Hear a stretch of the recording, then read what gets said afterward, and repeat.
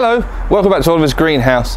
Now in this video we're going to be renovating, well at long last, we're going to be renovating the bog garden in the front garden of my property because it basically, I took everything out of it, divided it up and haven't used it since, so it's just growing weeds at the moment. So I thought it would be a good video today to make my neighbours think I'm even weirder by standing in the front garden talking to a camera whilst we renovate the bog garden. So that's what we're going to be doing today. So next step, well I guess the next phase of this video is we're going to have a look at the bog garden and see what it looks like at the moment without any plants. Oh, and by the way, these are what I've brought back from the big greenhouse at work, and these are what we're going to be planting almost identically in this setup in the bog garden. So I think it's going to look really good. Okay, so previously this has been my bog garden. It's made out of just a normal butler sink and it's mounted on an old tree stump over here. And it's completely bone dry at the moment because I took the plants out of it ages ago. So it's just full of a load of weeds. So the plan is I don't want to replace all this soil. So what I'm going to do is I'm going to skim the top off of it, take the first sort of 4 or 5 inches off the top of it, dig it over. I want to get a lot of the soil out of here. And this is just pure sphagnum peat moss and sand, and there's some gravel in here and stuff. So just to help with drainage. And I'm going to dig it out. I'm going to bung up the hole in the bottom of it. Previously, water dripped very slowly out of it because there's a bit of capillary matting in the bottom of it, which was good because I've got a reservoir underneath it, so I just filled it up every day and that kept it going. There's actually a small Drosera Anglica still growing in here, just here as well, I've noticed. So I'll pick you guys up, we'll come and have a little look at what it's like at the moment before I weed it out. Okay, so here's what the surface of the bog garden looks like at the moment. If I zoom in like this, just very gently, you're going to see it's literally just weeds, dry sphagnum moss and mess. And there was a little tiny Drosera Anglica just down in front of us. You might be able to see it almost centre of shot about now, just here. So I'm going to go ahead and weed this and then we'll come back and have a look once I've taken all of that crud out the top of it. Okay, so this is the bog garden after I've weeded it. I've taken all of the bits of sphagnum moss out, all the old roots and weeds, dug it over, and it's just pure sphagnum peat moss and lots of horticultural sand. And it costs a lot of money to fill something like this up. Well, it costs a lot of in media, so I'm not looking to replenish any of it. If I have got some spare, but I think it's probably going to be adequate by the time we put the plants in there. So what I'm going to do now is dig it out because I want to seal up and check the bottom of it to make sure that it doesn't leak quite as much as it did before.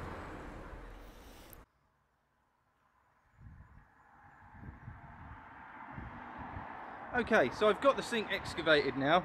I'll just explain a few things which are actually in here which you'll be able to see. This here is just capillary matting. I use this to line the bottom of this butler sink. This is a piece of water butt drain pipe connection hose, okay?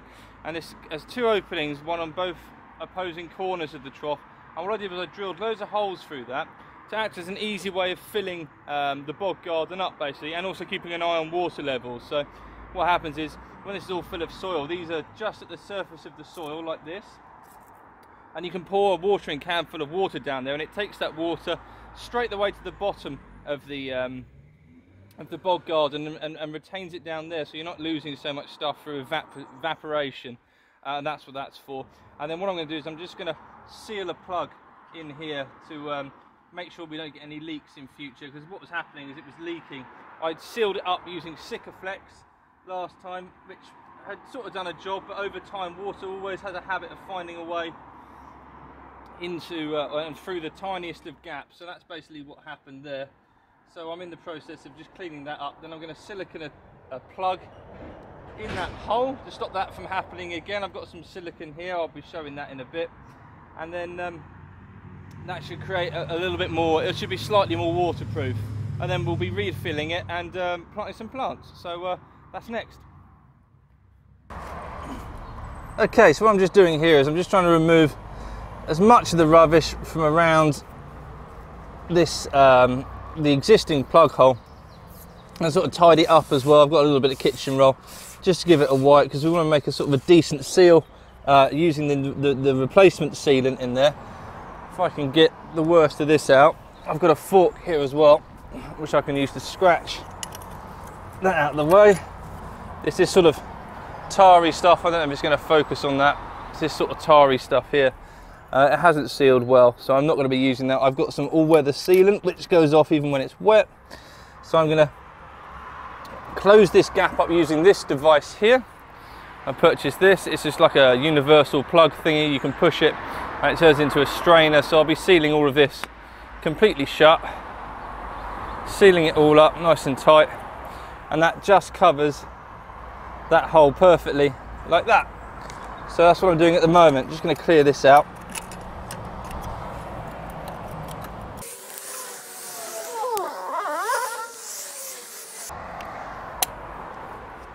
Right, so I've just put loads and loads of sealant in there. I'm just going to seal. Just going to seal the plug up here as well. Unfortunately, I've taken the nozzle off of this. I'm just going to seal this guy up as well. It gets proper hot out the front of the house here, so I want to try and keep as much moisture in the bog garden as possible. Right.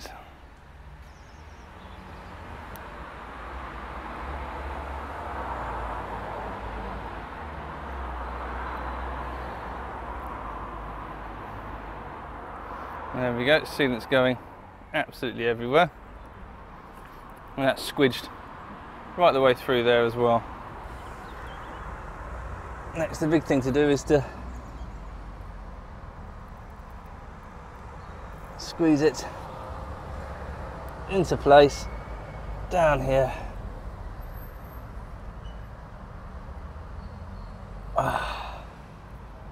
There we go, like that. I'm just going to smooth the sealant around it like this.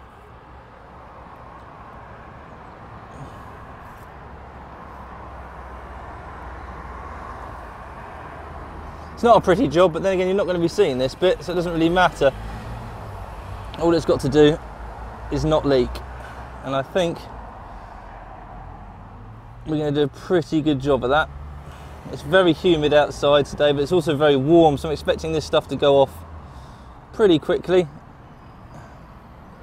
And this is going to be underneath the capillary matting, out of sight anyway. So I'm going to leave that now and let that go off, and then we'll come back in a minute and we'll refill it with soil and we can start planting. Okay, so I've given it about an hour and a half for the sealant to kind of film over, which means this soil isn't going to go back in and sort of stick to it too much. It's not really a big issue, but if you were doing this, you probably want to leave it for about 24 hours to really let that go off. So what I'm going to do is I'm going to put the soil in here, I'm going to plant up the plants, but I'm not going to water it in for the next couple of days. There's enough moisture in this for the plants to be happy for the next 48 hours without undergoing too much stress, and that will give the sealant a little bit more time to go off. But for the purposes of this video, I'm going to go ahead and do it now.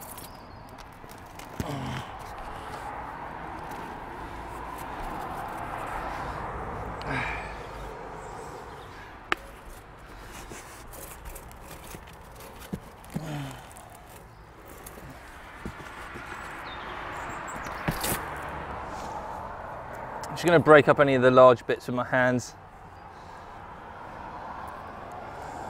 Just make sure it spreads out nice and evenly. There's a few big boulders in here which need splitting up, so I'm going to do that just by hand, just by working through it, my fingers. Last bit.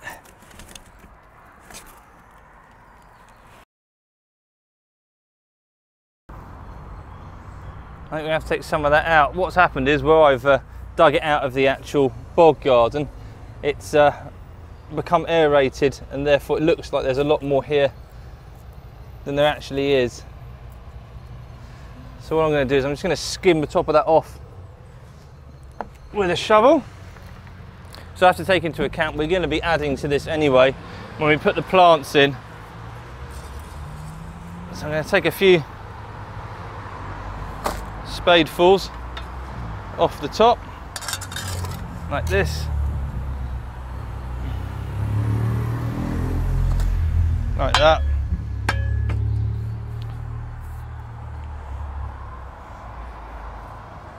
There we go. And the beauty about the butler sink is it's got sort of a recess here, so if it really does fill up, any excess can flow out.